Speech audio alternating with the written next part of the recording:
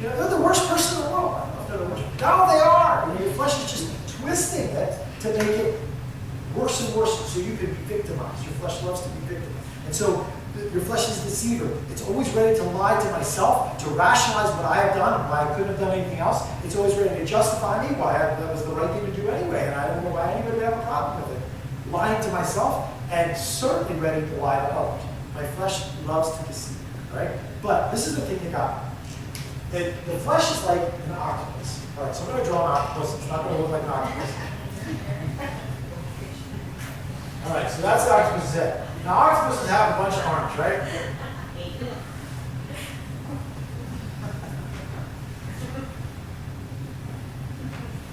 All right, so this is our octopus. Now, this is flesh. There, I don't know. They have a little peak, right? Don't they? All right, so this is your flesh. Now, each of these arms are going to represent one of the ways that your flesh tries to gain control over you, tries to let you not walk by faith, but instead live by your ability to handle life. Okay? So let's just put a couple of names on these different things. All right? Let's say we've got one of these is worry. Okay? One of the ways that your flesh likes to manage life is by worrying about things. Okay? So that's one aspect of that. But that's not the only aspect of your flesh. There's probably more than 8, but we're just going to use the octopus for now. Maybe when things don't go your way, or somebody does something that you've told them not to do, or hurts your feelings, maybe anger is another representation of flesh, where you just get out of control. Or maybe because you can't control what you want to control, you deal with frustration. Okay? And you've tried really hard, but nothing seems to be working, and you're worn out from trying, and you don't know how much harder you can try, and nobody seems to go along with your plan. You know it's the right plan anyway. Frustration, which is an outlet of your flesh. I've said this before. If you are frustrated, you are operating out of your flesh. You cannot be frustrated in the spirit. Because by faith, if I can't control it, God's in control of it. All right, well then you must not call me to it. Faith relieves frustration. The flesh grabs hold, so frustration might be one of those. If I keep trying and trying, and I've gone through anger and frustration, and nothing seems to change, then sometimes what my flesh does is tell me, oh, there's no hope anyway. Just give up. Give into despair. Right? It's useless. It's never going to happen anyway. You might as well just give up. Some people, because life becomes unlivable and I can't seem to manage the pain in life, they'll turn to other things. They'll maybe go to stuff like substance abuse, right? Where I'm going to escape the feelings that I'm getting by opting out, by zoning out, by getting high or whatever, under the influence of a substance. Other people will try to grab more control, so their flesh will start to organize everything, right? And they'll plan out their life to the last detail, because if I can plan it, then I can control it, and my flesh loves to control. So what we talked about on Sunday, where God's in charge of my plans, my flesh wants no part of that. My spirit's like, oh, thank God. But my flesh is like, what are you talking about? I have good plans. God should ask me about my plans, because I can help God. Right? If people have let me down in the past, I might start to live in protection mode, and I just distrust everyone. And everybody's suspect all the time. Because why? Because if I can be on my guard, if I can have my suspicions up all the time, I'll spot that coming a mile away, and then it won't hurt me. I'll be in control. I'll be able to keep myself safe. Right? And let's just get one more up here. If just trust doesn't work for me, eventually I just won't allow myself to be connected anymore. I'll just isolate. I'll just be all off by myself, and nobody can get me then, right? So I've got this octopus. Now, biologically, an octopus with 8 legs. Sometimes octopuses lose a leg. Don't know if you knew this, but let's say worry. I'm gonna get rid of worry out of my life. I'm gonna really, really work hard. I'm gonna give all of my effort, and I'm just gonna cut that right out of my life. Worry's done. I'm done with worry. Do you know what happens to an octopus when you cut off one of its arms? First of all, your 7 arms get stronger. So you're like putting all your effort into killing worry, and I'm not going to have worry, I'm just not going to worry anymore. And all of a sudden, everything is setting you off. Right? And you're just mad all the time. And you just can't believe those jerks on the road and why they're such idiots with the things they're doing. Because why? Because I'm working really hard cutting this off, but these are just getting stronger. Right? So I'm not going to worry anymore, but I'll go get high, so I forget about it. That's how I don't worry. It grabs more control. You see what I'm saying? So then, after these other ones get stronger, this one goes back. Oh no! All of a sudden, I'm struggling with worry again. Because I was I'm gonna trust people. I'm gonna make it a point to trust people. Cut that off. Well, now I'm angry. I'm in despair. It's not worth it. I'm trying to organize people and manage them all the time. And I'm gonna get rid of distrust. But these things are cropping up, and then that goes back. The answer is not in my flesh to try to reform my flesh. What's the answer biblically? This is the problem, not the answer. My flesh is the cause of my struggle, not the thing that is the target of my fixing up efforts. That make sense?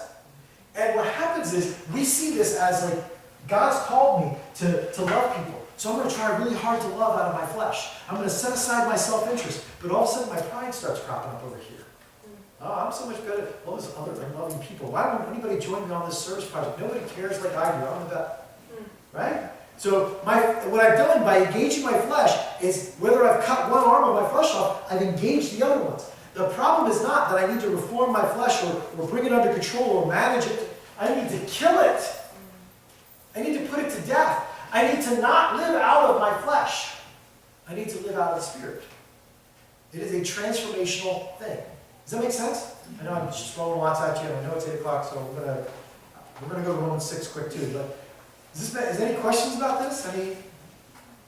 To me, this changed my whole idea in my head about the battle I was facing. Because instead of beating myself up with guilt, because I'm going to feel really bad about all of this, and that's going to make me stop. But all it did, because it was in my flesh, is make despair stronger, or another flesh pattern stronger. Make me put on a bigger front and a bigger face with people so that people wouldn't see my struggle, right? And flesh just comes up with any number of answers so that the ultimate standing of my life depends on me. What I missed was the invitation for God to say, lay it down. Come and rest. I will do it in you and through you. You do not have to hold the weight of your life.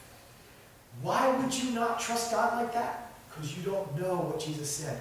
He's trustworthy.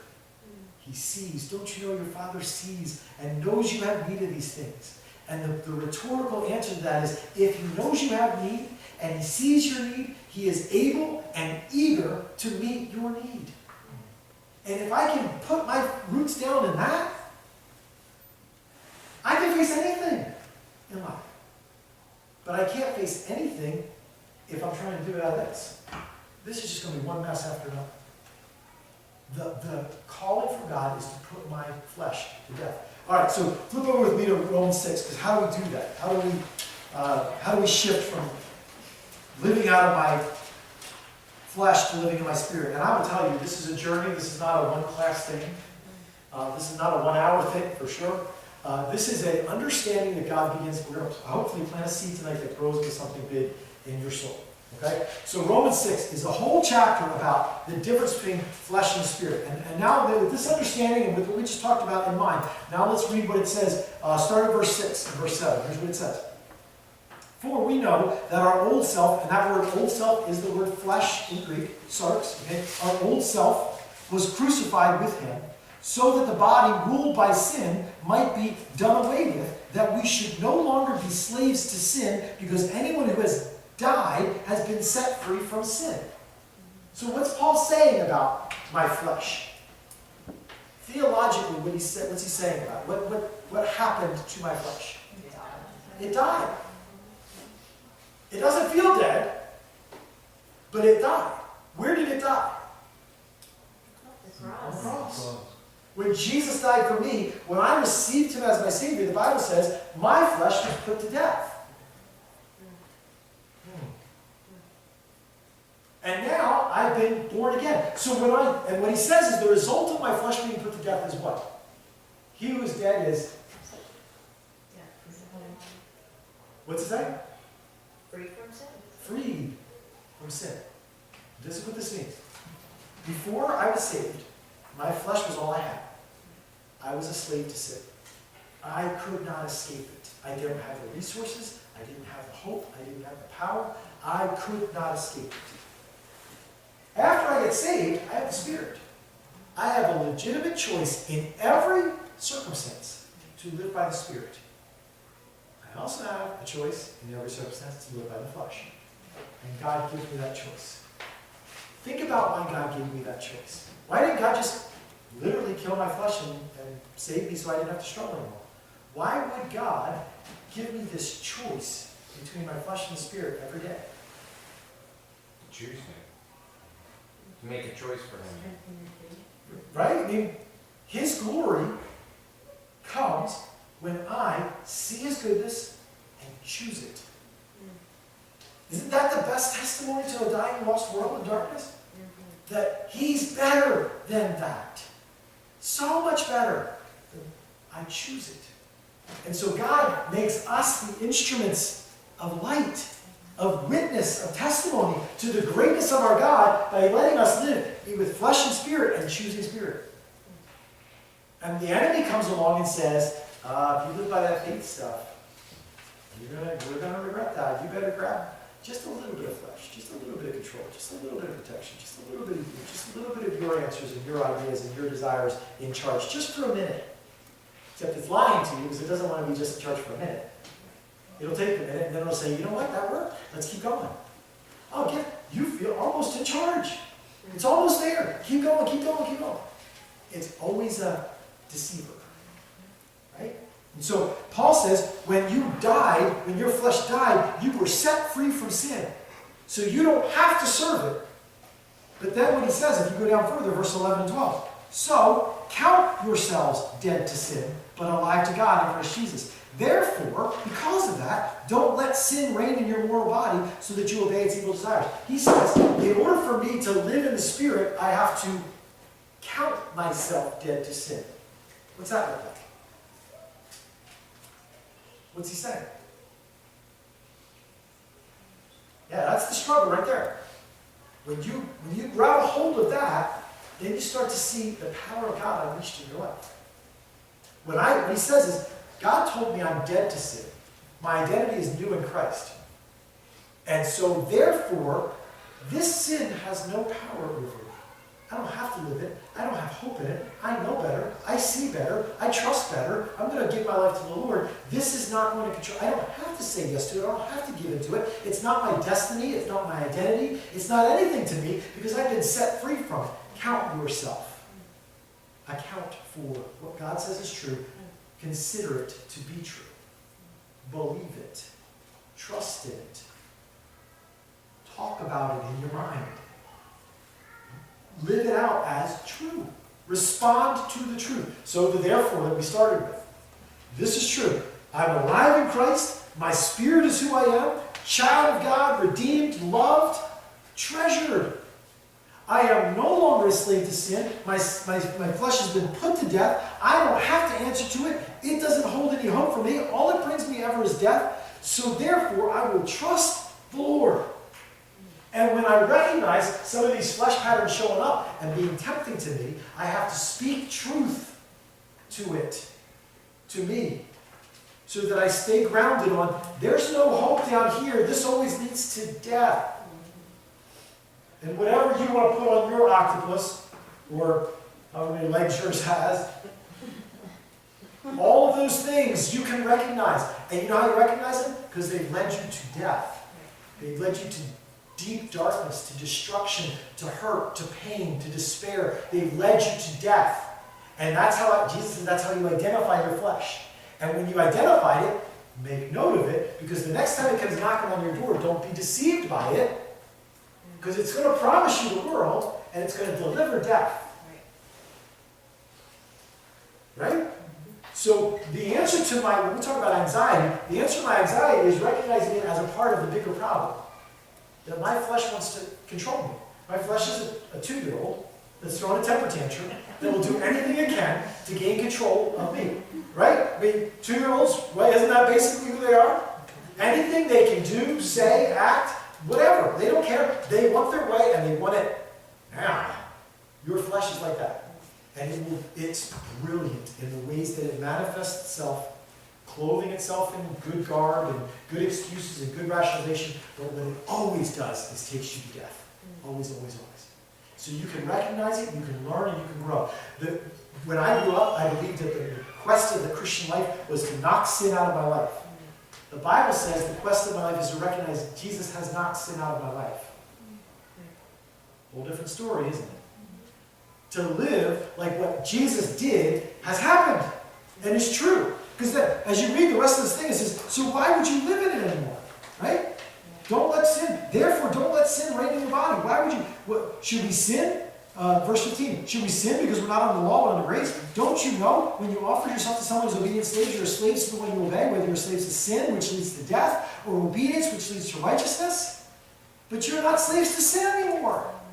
Why would you act like it? That's 1 Corinthians 6. That's Ephesians 4. Put off the old man and put on the new. So don't do this anymore, do this. Why? Because you've been made new. When Jesus talks to Nicodemus in John 3, it is, you can't know the Father unless you've been born again.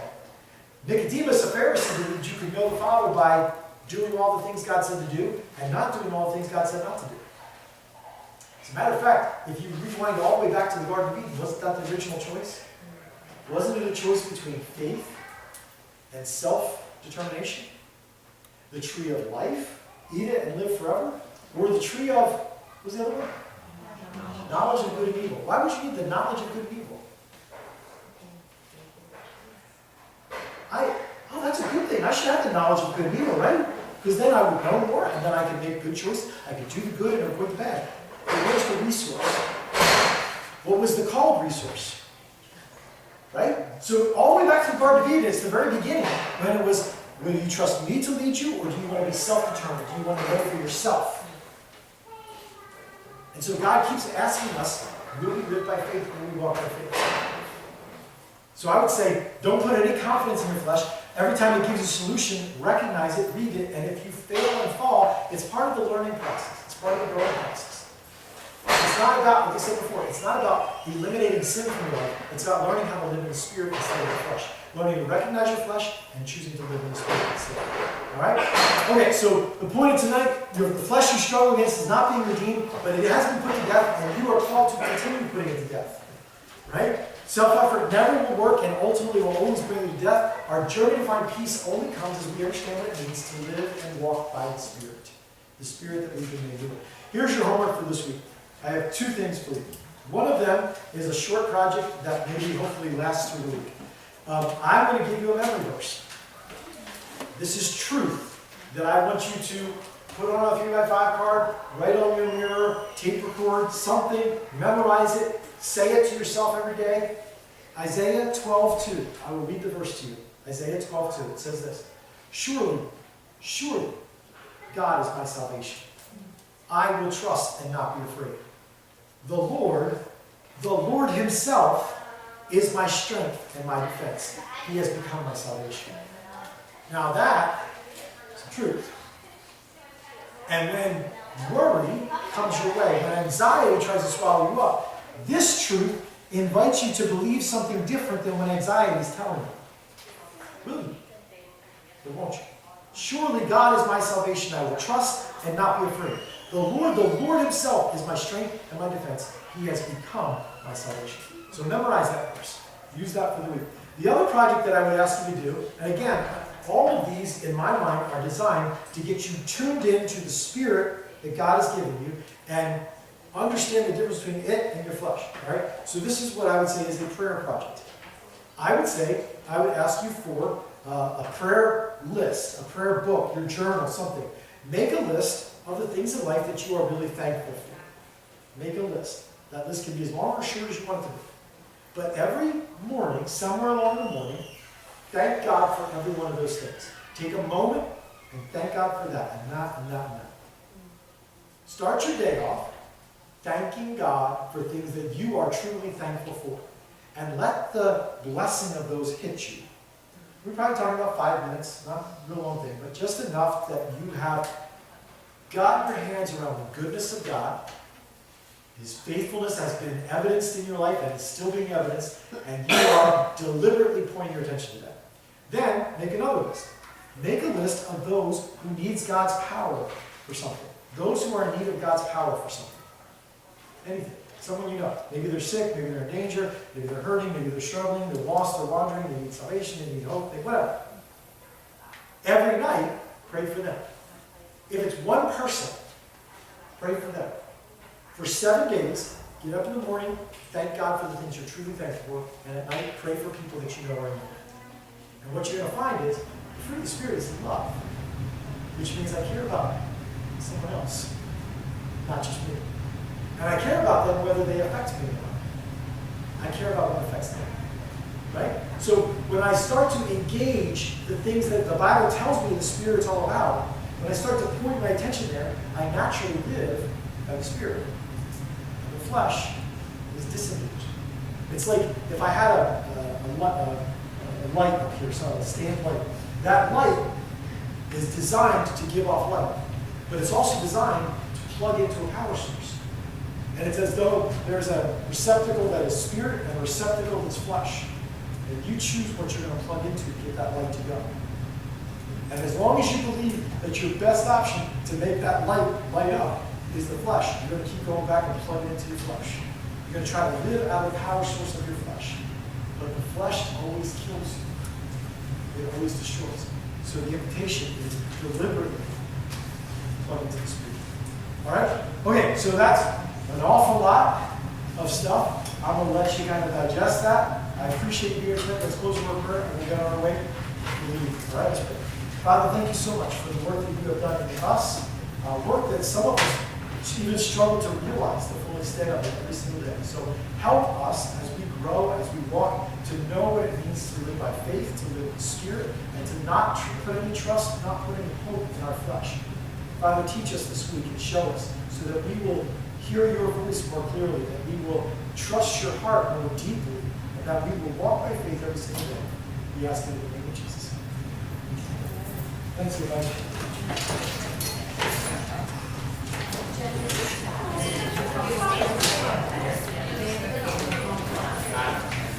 I didn't even look at it.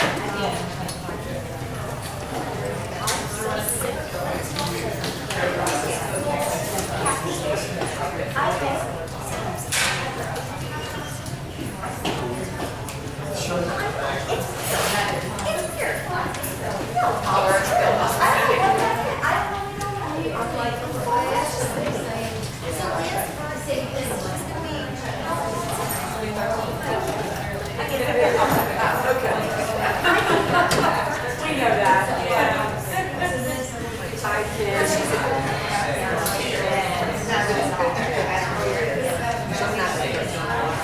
think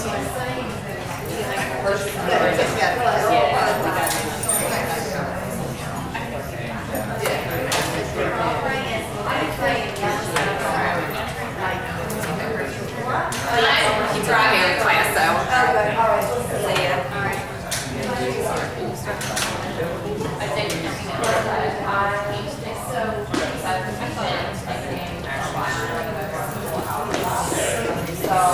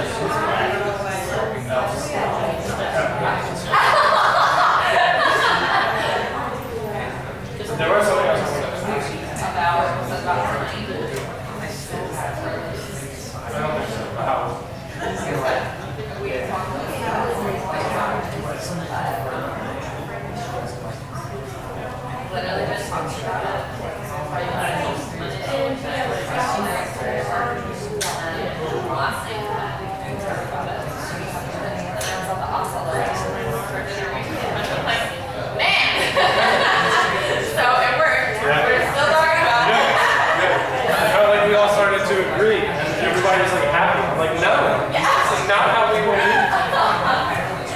Alright, well, maybe we're gonna do like, I don't know. okay, thanks. Arguments or something that she did.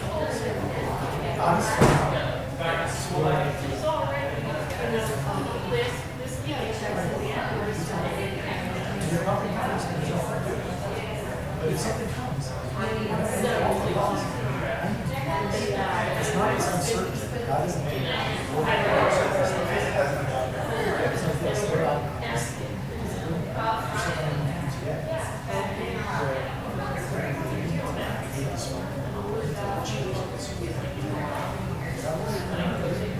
So right there, it shows up somehow on this thing. So this is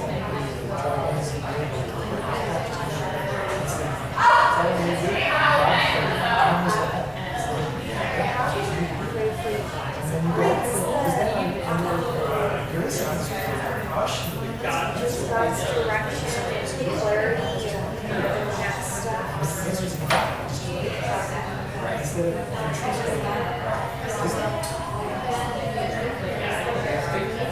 Oh my word, that's the last thing. I mean, it is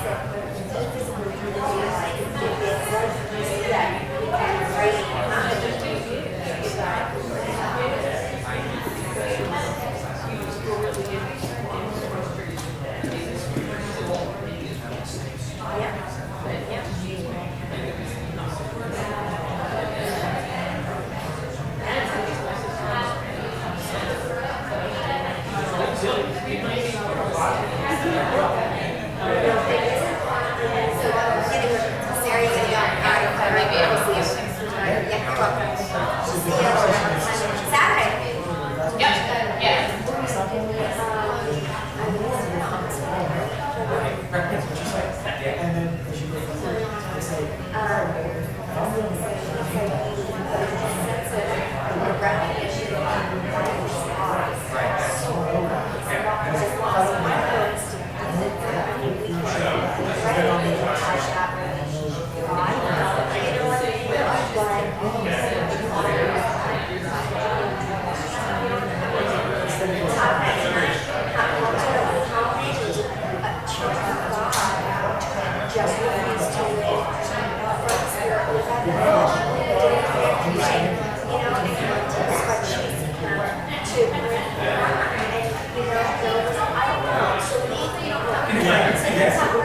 I find it a lot of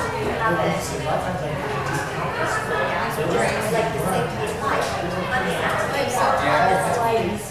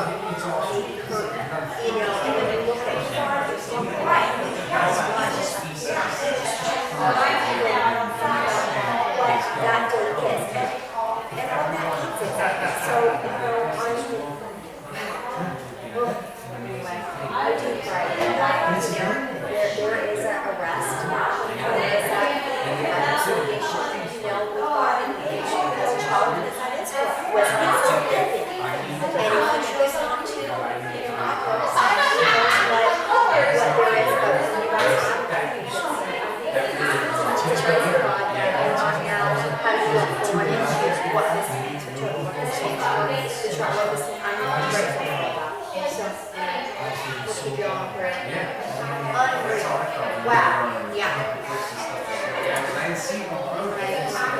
About to have coffee. All right, love you guys. Good to see you. All right, we'll see you Sunday, I suppose.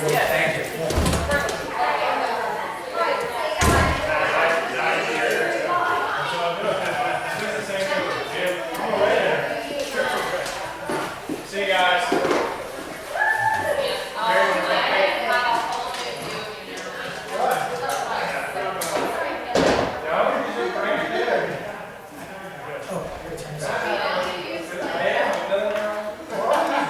Good job, Dad. Thank you. Turn this off. Pastor, self-five.